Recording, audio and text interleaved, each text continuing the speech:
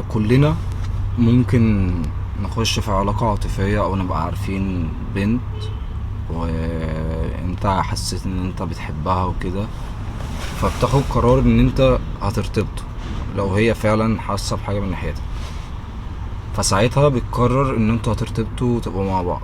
حاول على قد ما تقدر ان انتوا تبقوا العلاقة ما فيهاش اي تلامس.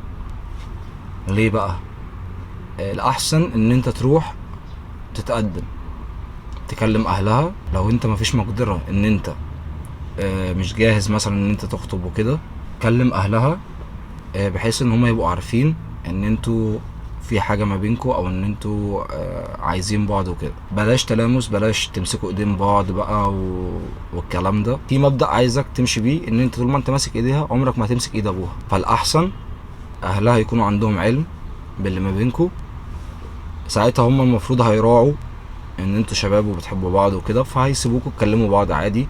ممكن يسمحوا بخروجات وكده. وطبعا هم واثقين في بنتهم وشايفينك راجل، لانك جيت مرضتش تعمل حاجه من وراهم او تخبي انت وبنتهم، ف جيتوا صارحتوهم، فهم المفروض هيحترموا حاجه زي كده. ده لو انت مش قادر. طب لو انت قادر ان انت تخش في علاقه رسمي وتروح تتقدم وتخطب وكده، اعمل ده على طول وما تستناش. لو انت فعلا عايزها وخلاص هي دي اللي انت مقتنع ان انت عايز دي وعايز تكمل معاها، لانك خلاص انت واحد جاهز ومتيسر لك الدنيا ان انت تعرف تخطب وتجيب شبكة وتعمل خطوبة والكلام ده.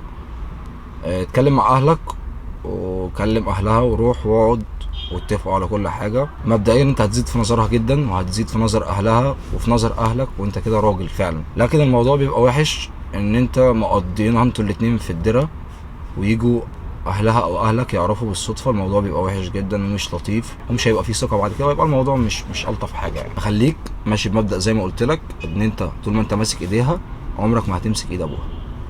وبس كده. سلام.